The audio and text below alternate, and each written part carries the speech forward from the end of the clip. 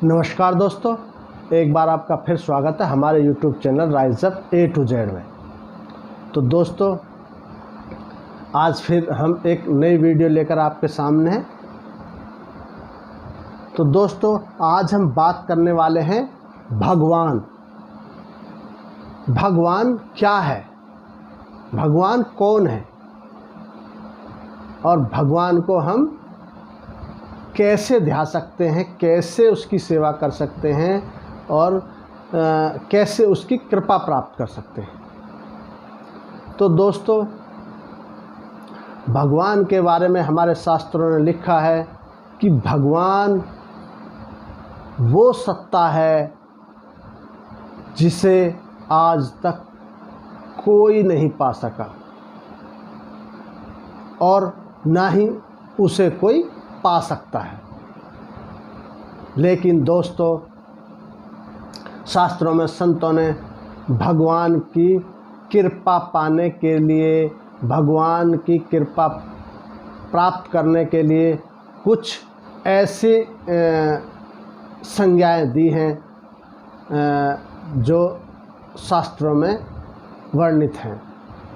तो दोस्तों, भगवान के बारे में बताया गया है कि भगवान भैसे भूमि, गैसे गगन, वैसे वायु और ऐसे अग्नि और नैसे नीर। इससे भगवान का अर्थ मालूम होता है। तो दोस्तों, जो मैंने ये 5 तत्व बताए हैं, इन 5 तत्वों को शास्त्रों में पंच तत्व या पंच महाभूतों के नाम से जानते हैं। तो दोस्तों, इन 5 तत्वों से ही हमारे शरीर की संरचना होती है और हमारे शरीर को चलाने में इन 5 तत्वों का योगदान होता है। संतों ने बताया है कि भाई, ये जो 5 तत्व हैं, वैसे तो कण कण में भगवान होने की बातें शास्त्रों में लिखी हुई हैं, लेकिन जो इन 5 तत्वों पे अमल कर लेता है, जो इन 5 तत्वों को समझ लेता है, वो भगवान की भक्ति को प्राप्त कर लेता है। दोस्तों, आज के साइंटिफिक युग में इन 5 तत्वों के बारे में मैं बताता हूँ। जैसे कि पहला तत्व आता है भूमि के बारे में। हम देखते हैं, सवेरे सवेरे उठते हैं, नहाते धोते हैं और मंदिर जाते हैं। तो हम मंदिर में भगवान के दर्शन करके आ जाते हैं और सोच लेते हैं कि बस अब हमारा काम ख़त्म हो गया। लेकिन दोस्तों, वास्तविकता ये नहीं है, सच्चाई ये नहीं है। तो पहले तत्व के बारे में बताया है भूमि। हमें देखना चाहिए कि अपने आसपास, अपने आस पड़ोस में, अपने किसी भी जगह पे आपको कोई गंदगी नहीं करनी है। तो दोस्तों, साफ़ सफाई रखोगे तो आपके लिए भी, वो आपके शरीर के लिए भी और सब जीवों के लिए वो बहुत अच्छी बातें होंगी और आपके जीवन पे उसका असर प्रत्यक्ष देखने को मिलेगा। तो दोस्तों, हमें भूमि को स्वच्छ रखना है। हमें कोई भी प्रदूषण भूमि के आसपास नहीं करना है। हम क्या करते हैं, कोई चीज़ खाते हैं, कोई सफाई वफाई करते हैं और कहीं भी डाल देते हैं। लेकिन दोस्तों, ये बात गलत है। हमें सही तरीके से उस कचरे का, उस सामान का सही तरीके से इस्तेमाल करना चाहिए। तो दोस्तों, दूसरी चीज़ आती है गगन। आज हम देखते हैं साइंटिफिक युग में बहुत सारे ऐसे उपग्रह, बहुत सारे ऐसे यान आकाश में घूम रहे हैं। वो आकाश के वातावरण को प्रदूषित कर रहे हैं और उनसे भी जो है हमारे जीवन पे उनका प्रत्यक्ष असर देखने को मिलने वाला है। तो दोस्तों, ऐसी चीज़ों को भी हमें सही तरीके से इस्तेमाल करना चाहिए। और आगे है वायु। वायु को प्रदूषित नहीं करना। वायु हमारे शरीर के लिए बहुत उपयोगी है। हमें वायु को स्वच्छ रखने की आवश्यकता है और वायु से वातावरण पे बहुत बड़ा प्रभाव देखने को मिलता है। इसी तरह अग्नि है, अग्नि को भी हमें सही तरीके से इस्तेमाल करना चाहिए। आगे आता है जल, जल यानी पानी।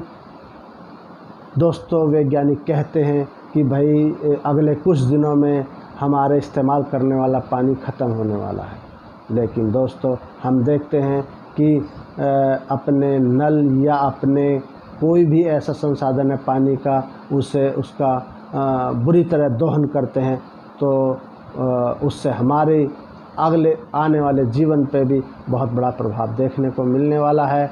और हम जल को प्रदूषित करते हैं तो उसका प्रभाव हमारे शरीर पे इंसानी जीवन में प्रत्यक्ष देखने को मिलता है। तो ऐसी चीज़ें भी नहीं करनी चाहिए। तो दोस्तों, ये जो 5 तत्वों के बारे में बताया गया है, ये 5 तत्व हमारे शरीर को चलाने में सहायक हैं। इन 5 तत्वों के बगैर हमारा शरीर स्वस्थ नहीं रह सकता है।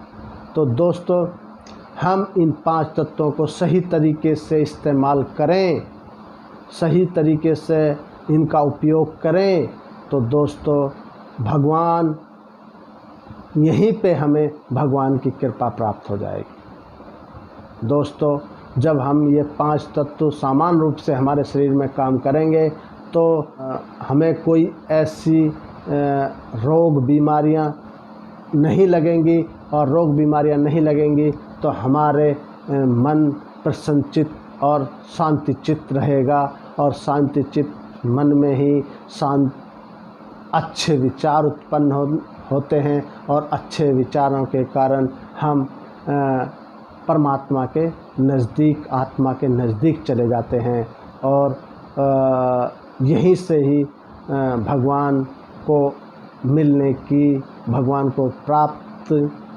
प्राप्ति की शुरुआत होती है। तो दोस्तों, ये कभी ना सोचें कि बस मंदिर गए, हमने भगवान के दर्शन कर लिए, बाकी सब कुछ नहीं। ये भी 5 महाभूत, 5 देव हैं। इन 5 देवों को आप प्रसन्न कर लोगे, इन 5 देवों को आप इनको सही तरीके से इस्तेमाल कर लोगे तो भगवान आपके आसपास ही होगा। दोस्तों, ये 5 दाता हैं जो केवल हमें देते ही देते हैं, हमसे कुछ लेते नहीं हैं। लेकिन दोस्तों, हम इन चीज़ों पे कोई भी इंसान ध्यान नहीं देता। ये चीज़ें हमारे लिए बहुत ज़रूरी हैं, नहीं तो हमारा जीवन ख़त्म हो जाएगा यदि इन 5 तत्वों में से कोई सी एक तत्व भी हमें ना मिले तो दोस्तों, ये छोटी छोटी बातें, छोटे छोटे पॉइंट हम समझ लें तो भगवान हमारे अंग संग होता है, हमारे अंदर होता है, हमारे साथ होता है और हमारे आसपास होता है। लेकिन दोस्तों, हम भगवान को पाने के चक्कर में, भगवान को ढूंढने के चक्कर में ये सब बातें भूल जाते हैं। लेकिन दोस्तों, अगर हम ये छोटे छोटे स्टेप लें, छोटी छोटी जानकारियां लेकर उन पर अमल करें तो भगवान हमसे कभी भी दूर नहीं है, हमारे साथ है, हमारे संग साथ है, हमेशा साथ रहेगा और उसकी कृपा हम पे बरसती रहेगी। लेकिन दोस्तों, अज्ञानता के वश होकर हम इधर उधर भटकते हैं, पाखंडियों के हत्थे चढ़े रहते हैं, लेकिन जो करने वाले हमारे कार्य होते हैं उनको हम नहीं करते, वहाँ हम ध्यान नहीं देते। इसलिए हम दुखों से घिरे रहते हैं और तृष्णा भगवान को मिलने की हमारे अंदर लगी रहती है। लेकिन दोस्तों, ये सच्चाई है, भगवान साक्षात किसी के सामने नहीं आते, वो किसी रूप में, किसी देव के रूप में, किसी नेक संत के रूप में और ऐसे ही दाताओं के रूप में हमारे अंग संग रहता है। तो दोस्तों, ऐसी ही जानकारियों के लिए मेरी वीडियो को देखते रहें, लाइक करें, सब्सक्राइब करें। थैंक यू, धन्यवाद।